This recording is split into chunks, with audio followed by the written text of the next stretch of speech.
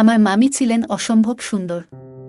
তার সৌন্দর্যের গল্প পুরো গ্রাম জুড়ে ছড়িয়েছিল, যেন এক রূপকথার গল্প। গ্রামের অনেক মানুষই তাকে একবার দেখার জন্য ব্যাকুল থাকত। ছোটবেলা থেকেই আমি মামিকে ভীষণ ভালোবাসতাম। তার মায়াবী হাসি আর সহজ সরল আচরণ আমাকে মুগ্ধ করত।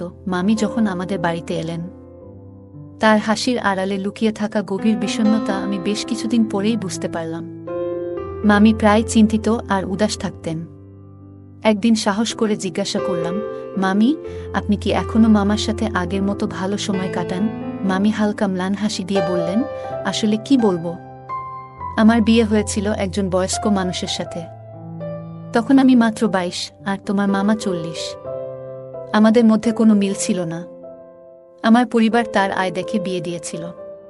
প্রথম দিকে তিনি রোমান্টিক ছিলেন, কিন্তু এখন সব সময় কাজ নিয়ে ব্যস্ত থাকেন। এ কথাগুলো বলতে বলতে মামি চোখের কোণায় অল্প দুঃখ নিয়ে চুপ হয়ে গেলেন।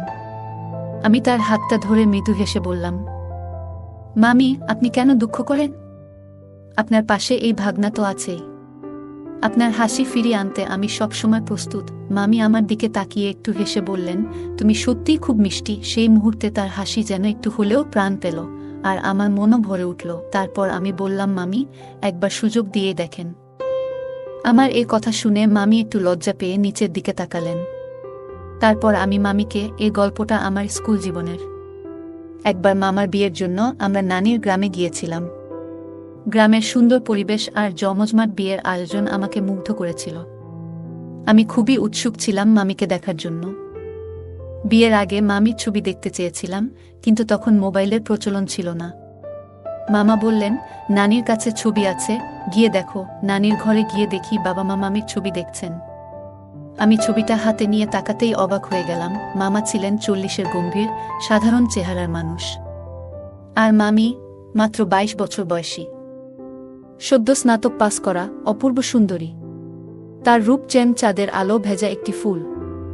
সেই মুহূর্তে মুগ্ধ হয়ে তার ছবির দিকে তাকিয়েছিলাম। তার গায়ের রং এতটাই উজ্জ্বল ছিল যে তাকে দেখে মনে হচ্ছিল যেন দুধে এক ফোঁটা গোলাপি রং মিশিয়ে দিয়েছে। তখন আমার মনে অদ্ভুত অনুভূতি হচ্ছিল। মামার সঙ্গে মামির কোনো তুলনা হয় না ভেবে মনে একটু দুঃখ হচ্ছিল। আমার মামার বিয়ের সময়ের ঘটনা এটি। পরিবারের সবাই আনন্দে মেতেছিল, কারণ এত সুন্দর এবং মার্জিত একজন বউ বাড়িতে আসছেন। মামি ছিলেন অপূর্ব সুন্দরী, যেন অপ্সরা। মামার বিয়ে দেরি হয়েছিল তার সাধারণ চেহারার কারণে, কিন্তু এমন রূপবতী পাত্রী পেয়ে সবাই অবাক হয়েছিল। বিয়ের দিন ঘনিয়ে এল। 3 দিন পর আমরা মামার সঙ্গে বরযাত্রী নিয়ে তার হবু স্ত্রীর শহরে পৌঁছলাম। আমাদের থাকার জন্য একটি সুন্দর ফার্ম হাউসের ব্যবস্থা ছিল, যা এক রাজকীয় হোটেলের মতো মনে হচ্ছিল। বিয়ের প্যান্ডেলটি ছিল খোলা আকাশের নিচে, জমকালো আয়োজনে সাজানো। সন্ধ্যা নামতেই সবাই নাচগানে মেতে উঠল। কিছুক্ষণ পর মামি তার বোন ও বান্ধবীদের সঙ্গে মালা নিয়ে প্যান্ডেলে এলেন, আর সেই মুহূর্তে পরিবেশ আরও রঙিন হয়ে উঠল। তাকে সামনে থেকে দেখার পর আমার মনে হলো তিনি ছবির চেয়েও অনেক বেশি সুন্দর। মনে হচ্ছিল আগের ছবিগুলো যেন ঠিকমতো তোলা হয়নি। তাকে সরাসরি দেখে আমার মনের মধ্যে কথার ভাষা হারিয়ে গেল। তার সৌন্দর্য যেন এক অদ্ভুত জাদুর মতো।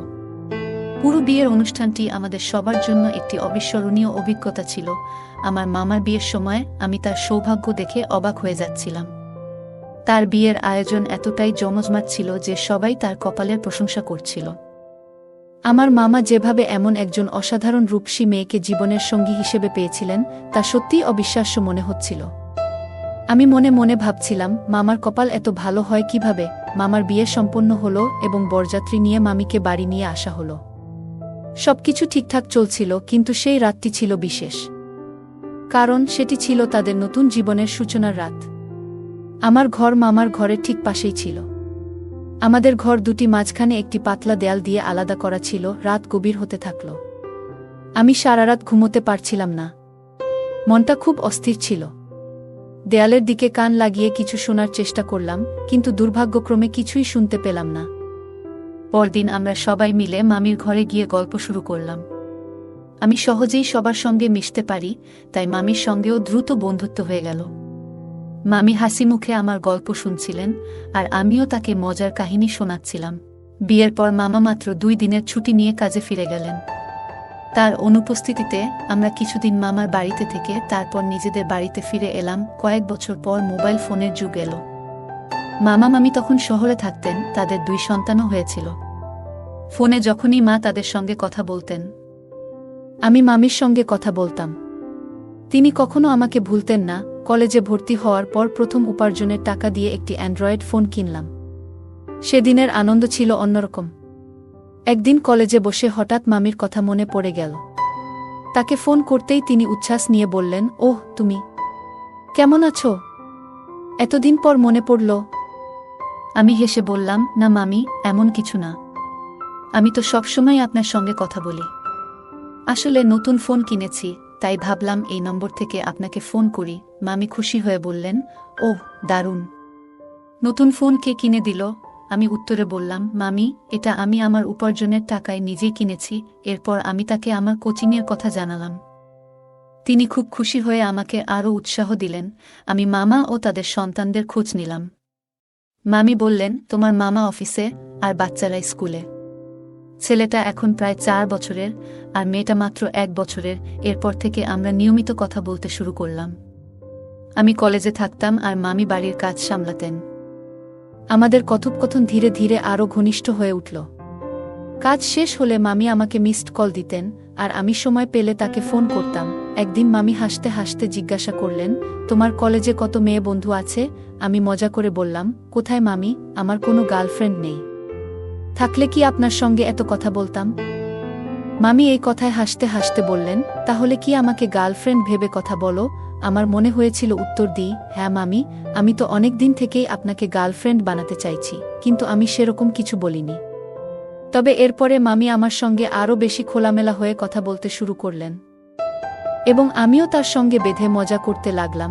একদিন কথার মধ্যে আমি মামিকে মজার ছলে জিজ্ঞাসা করলাম, মামি, আপনার বিয়ের প্রথম রাতটা কেমন ছিল?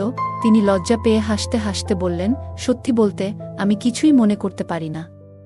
তুমি তো এখন খুব দুষ্টুমি করছো। আমি তখন কথাটা ঘুরিয়ে বললাম, আরে মামি, আপনি ভুল বুঝছেন। এমন কিছু ভাববেন না। এইভাবে আমাদের কথোপকথন আরও খোলামেলা হতে লাগল। মামি আমার খুব ভালো বন্ধু হয়ে উঠলেন এবং তার সঙ্গেও আমার সময় কাটানো বেশ উপভোগ্য হয়ে উঠল। একদিন মামির সঙ্গে গল্প করতে করতে আমি হেসে জিজ্ঞেস করলাম, মামি, মামা কি এখনো আগের মতো আপনাকে সময় দেন? আগের মতো কি রোমাঞ্চ করেন?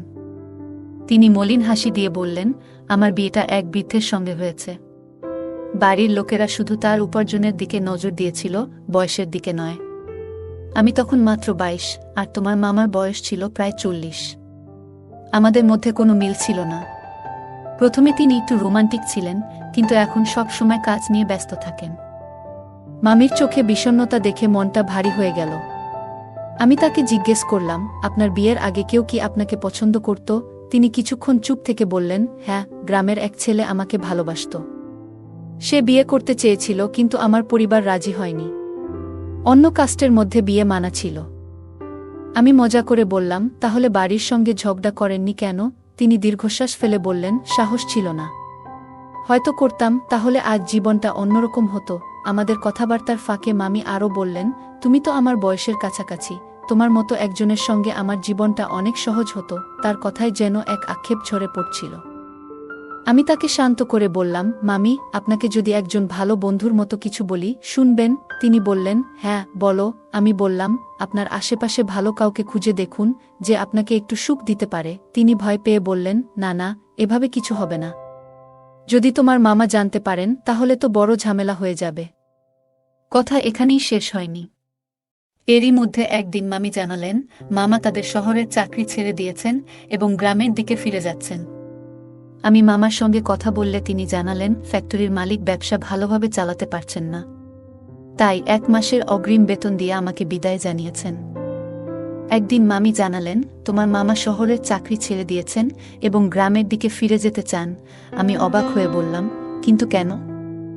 আর কোনো চাকরি খুঁজে দেখেননি? মামা একদিন বললেন, অনেক চেষ্টা করেছি, কিন্তু শহরে আর থাকতে ইচ্ছা করে না। গ্রামে ফিরে যেতে মন চায়। কিছুদিন পর তিনি সত্যিই গ্রামে ফিরে এলেন এবং মামি ও সন্তানদের সেখানে রেখে গেলেন। মায়ের কথায় মামা আমাদের কাছে এলেন আর বাবার পরিচিত একজনের মাধ্যমে গার্মেন্টস দোকানে চাকরি পেলেন। চাকরি পেয়ে মামার জীবন একটু স্বাভাবিক হলো আর তিনি আমাদের বাড়ি থেকেই কাজ শুরু করলেন। এদিকে মামি প্রতিদিন রাতে আমার সঙ্গে ফোনে কথা বলতেন। প্রায় রাত 2টার দিকে একদিন কথা বলতে বলতে আমি জিজ্ঞেস করলাম, আপনি মামার খবর আমার কাছ থেকে নেন কেন? সরাসরি তার সঙ্গেই তো কথা বলতে পারেন।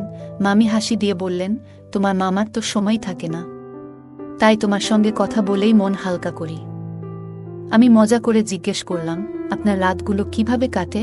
তিনি একটু বিষণ্ণ সুরে বললেন, তোমার মামা তো এখানে নেই, রাতগুলো কেমন কাটে সেটা তুমি নিজেই বুঝে নাও। তিনি আরও যোগ করলেন, তুমি বলো তোমার রাতগুলো কিভাবে কাটে?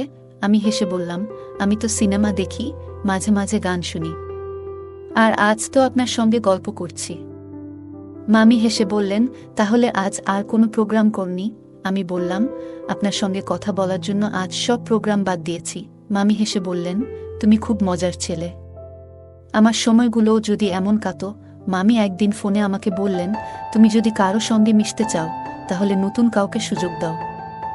আমি হেসে বললাম, মামি, আমার মন তো শুধু আপনাকেই পছন্দ করে। মামি এই কথা শুনে একটু থেমে হাসলেন, তারপর বললেন, তোমার কি মনে হয় আমার এটা বুঝতে বাকি আছে?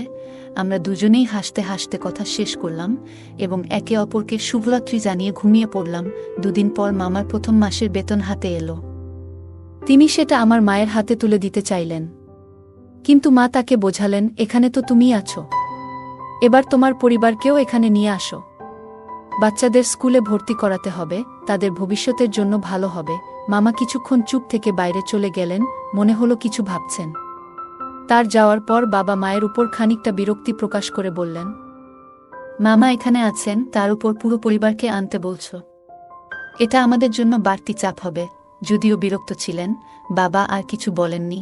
মামা বিষয়টা বুঝে নিলেন।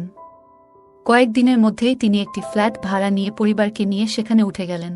ফ্ল্যাটটি আমাদের বাড়ির কাছেই ছিল, যদিও আমি তখন তা জানতাম না। মা তাকে বলেছিলেন, যখন আমাদের বাড়ি আছে, আলাদা ফ্ল্যাট কেন? মামা হেসে বললেন, না দিদি, দিল্লিতেও ভাড়ায় থাকতাম, এতে কোনো সমস্যা নেই। মামার কথায় মা আর কিছু বলেননি। দুদিন পর মামি আমাদের বাড়িতে এলেন। তাকে দেখে আমার মন ভরে উঠল।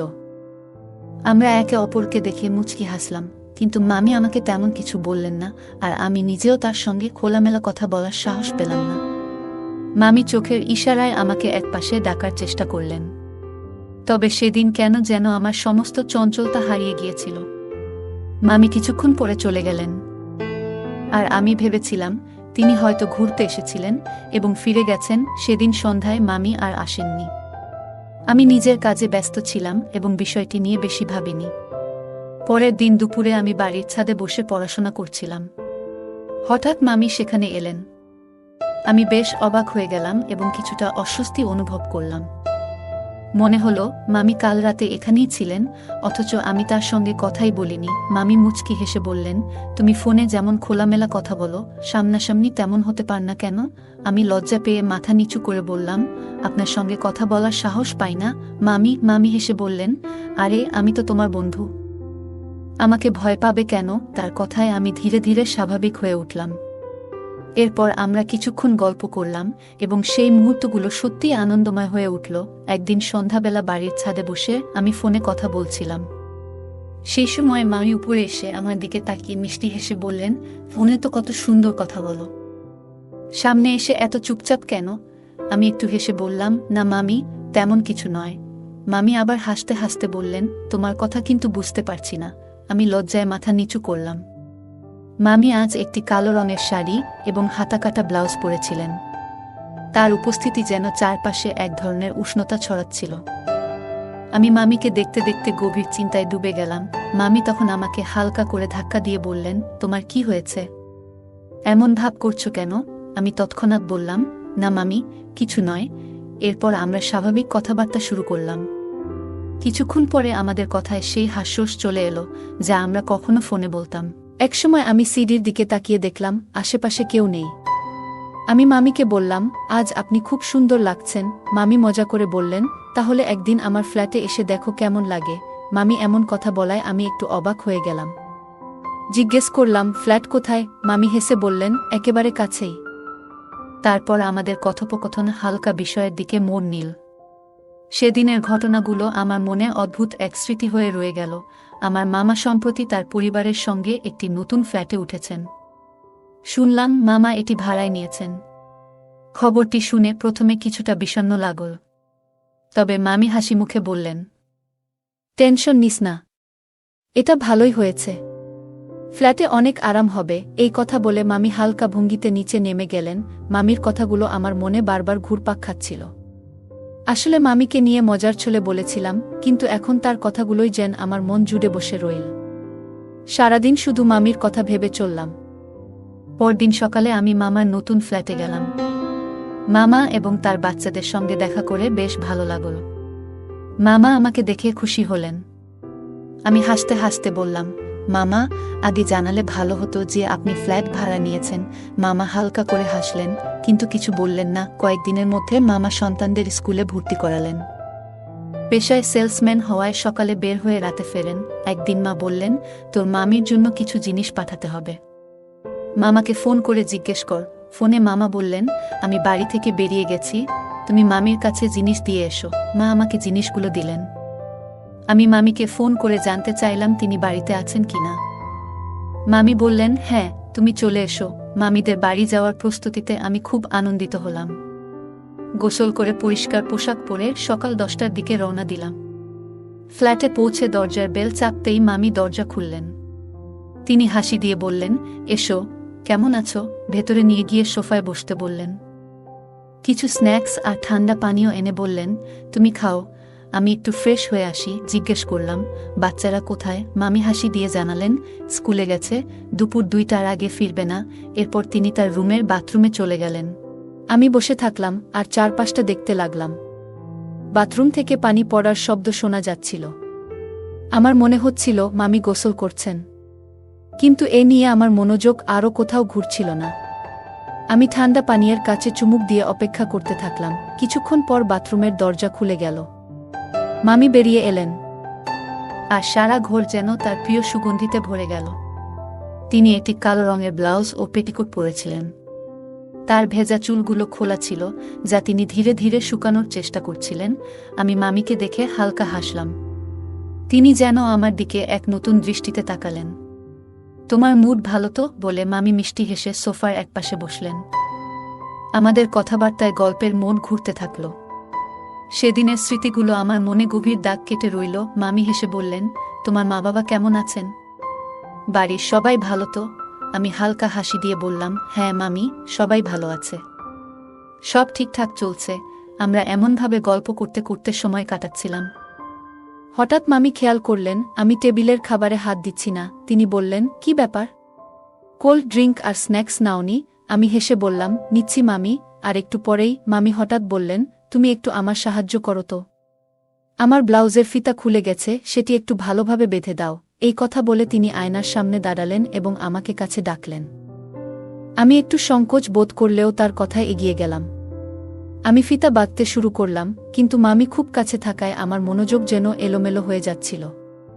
তার চুলের গন্ধ আর গায়ের সুবাস আমাকে অস্থির করে তুলেছিল। ফিতা বাঁধতে বাঁধতে আমি একটু অজান্তেই মামিকে জড়িয়ে ধরতে চেয়েছিলাম। তখনই মামি একটু দূরে সরে গেলেন এবং বললেন, তুমি কি করছো? এমন আচরণ করা ঠিক নয়। আমি কিছুটা লজ্জিত হয়ে বললাম, মামি, আমার কোনো খারাপ উদ্দেশ্য ছিল না। মামি বললেন, আমি তোমার কাছে এসব আশা করিনি। তারপর একটু থেমে বললেন, তোমার ভালো থাকাটাই আমার কাছে গুরুত্বপূর্ণ। আমি বুঝতে পারলাম আমার আচরণ নিয়ে আমাকে আরও সতর্ক হতে হবে। সেদিনের ঘটনার পর আমি নিজেকে নিয়ন্ত্রণে রাখার প্রতিজ্ঞা করলাম। মামি বললেন, তুমি আমাকে যেভাবে অনুভব করছো, আমি সেভাবে তোমার প্রতি কখনো ভাবিনি। আমি তোমার মামার স্ত্রী, তাই সম্পর্কের প্রতি আমার দায়িত্ব ও শ্রদ্ধা রয়েছে। তোমার মামা আমার জীবনসঙ্গী এবং আমি তাকে কখনোই ধোঁকা দিতে পারি না। মামি বললেন, তোমার প্রতি আমার ভালোবাসা সবসময় বন্ধুত্বের ছিল। আমি চাই তুমি নিজের জন্য একজন জীবনসঙ্গিনী খুঁজে নাও, যাকে তুমি ভালোবাসতে পারো। আমি বললাম, কিন্তু মামি, আমি আপনাকেই ভালোবাসি। মামি শান্তভাবে উত্তর দিলেন, শুনো, আমাদের সম্পর্ক সমাজে গ্রহণযোগ্য হবে না। আমি তোমার ভালোবাসাকে সম্মান করি, তাই চাই তুমি এই ভালোবাসা সেই বিশেষ কারোর জন্য রেখে দাও, যে তোমার জীবনের সঙ্গিনী হবে। মামি আরও বললেন, সত্যিকারের সুখ এবং শান্তি কেবল একজন স্ত্রী দিতে পারে। একদিন তুমি এই সত্য বুঝবে। তার কথাগুলো আমার মনের গভীরে দাগ কেটে গেল। আমি ক্ষমা চাইলে তিনি হেসে বললেন, ক্ষমা চাওয়ার দরকার নেই, হয়তো আমার দিক থেকেও ভুল হয়েছে। ভবিষ্যতে আমি নিজেও সীমা মেনে চলব। আমি বুঝতে পারলাম মামি সবসময় আমাকে বন্ধু হিসেবেই দেখেছেন। আমি তার বন্ধুত্বকে ভুল বুঝেছিলাম। আজ আমরা ভালো বন্ধু। সম্পর্কের মধ্যে সম্মান ও সীমা বজায় রাখা যে কতটা গুরুত্বপূর্ণ এই গল্প তা আমাদের শেখায়। এই রকম আরও গল্প শুনতে চাইলে কমেন্টে জানান। গল্পটি ভালো লেগে থাকলে লাইক, শেয়ার এবং আমাদের চ্যানেলটি সাবস্ক্রাইব করুন। ধন্যবাদ।